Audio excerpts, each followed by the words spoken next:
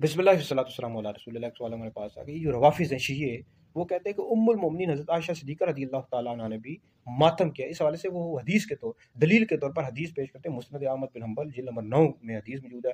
ام المومنین حضرت عائشہ صدیقہ رضی اللہ تعالیٰ عنہ فرماتی ہے، جب نبی کریم علیہ الصلوۃ والسلام کا وصال ہوا تو میں عورتوں کے ساتھ مل کر رونے لگی، اپنے چہرے پر ہاتھ مارنے لگی۔ یہ دلیل کے طور پر حدیث پیش کرتے ہیں، ٹھیک ہے جی۔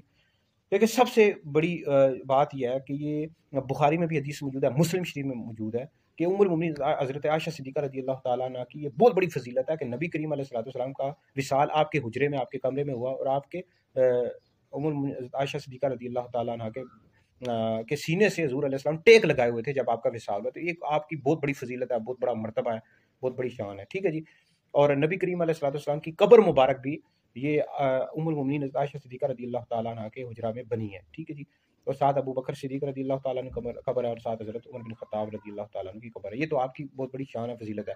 باقی جو روافظ شیعہ کہتے ہیں کہ وہ اپنے چہرے پر ہاتھ مارنے لگی، بھائی یہ ان کا اپنا عمل تھا۔ حالانکہ بخاری میں بھی حدیث موجود ہے، مسلم شریف میں بھی حدیث موجود ہے۔ نبی کریم علیہ السلام نے فرمایا کہ جو شخص مصیبت کے وقت رخسار پیٹے، گریبان پھاڑے اور جاہلانہ انداز میں چیختا چلاتا ہے، وہ ہم میں سے نہیں ہے۔ تو دیکھو نبی کریم علیہ السلام نے یہ چیخنے چلانے سے، گریبان پھاڑنے سے، مصیبت کے وقت یا فوتگی کے وقت لوگ اس طرح کرتے ہیں، وویلا کرتے ہیں، بین کرتے ہیں، پیٹتے ہیں، تو یہ ناجائز حرام ہے، اس پر بے شمار حدیث موجود ہے، ٹھیک ہے جی۔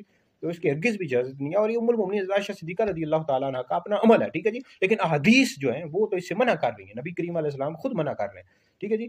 تو دوسری بات، جیسے بخاری میں حدیث موجود ہے، ایک حدیث ہے کہ ام المومنین حضرت عائشہ صدیقہ رضی اللہ تعالیٰ عنہ فرماتی ہے کہ جو شخص یہ کہے کہ نبی کریم علیہ السلام نے اپنے رب کو دیکھا، وہ شخص جھوٹا ہے۔ تو اب یہ ام المومنین حضرت عائشہ صدیقہ رضی اللہ تعالیٰ عنہ کا اپنا قول ہے، ٹھیک ہے جی۔ لیکن اہل سنت کا یہ نظریہ ہے کہ نبی کریم علیہ السلام نے اپنے رب کو اپنی سر کی آنکھوں سے دیکھا ہے۔ اس حوالے سے ابن عباس، حضرت عبداللہ ابن عباس رضی اللہ تعالیٰ عنہ اور دیگر کئی صحابہ سے مروی ہے۔ اہل سنت کا یہ نظریہ ہے کہ حضور علیہ السلام نے اپنے رب کو دیکھا ہے، سر کی آنکھوں سے جاگتے ہوئے دیکھا ہے شب معراج، ٹھیک ہے جی۔ لیکن ام المومنین تو کچھ اور فرما رہی ہیں۔ تو پتہ لگا کہ ام المومنین کا یہ اپنا ایک فعل تھا، اپنا ایک عمل تھا کہ وہ اپنے چہرے پر ہاتھ مارنے لگی۔ اور اس میں یہ ہے کہ اس وقت ام المومنین خود فرماتی کہ میں نو عمر تھی، مطلب کم عمر تھی، ٹھیک ہے جی۔ تو یہ حجت نہیں بن سکتا جی۔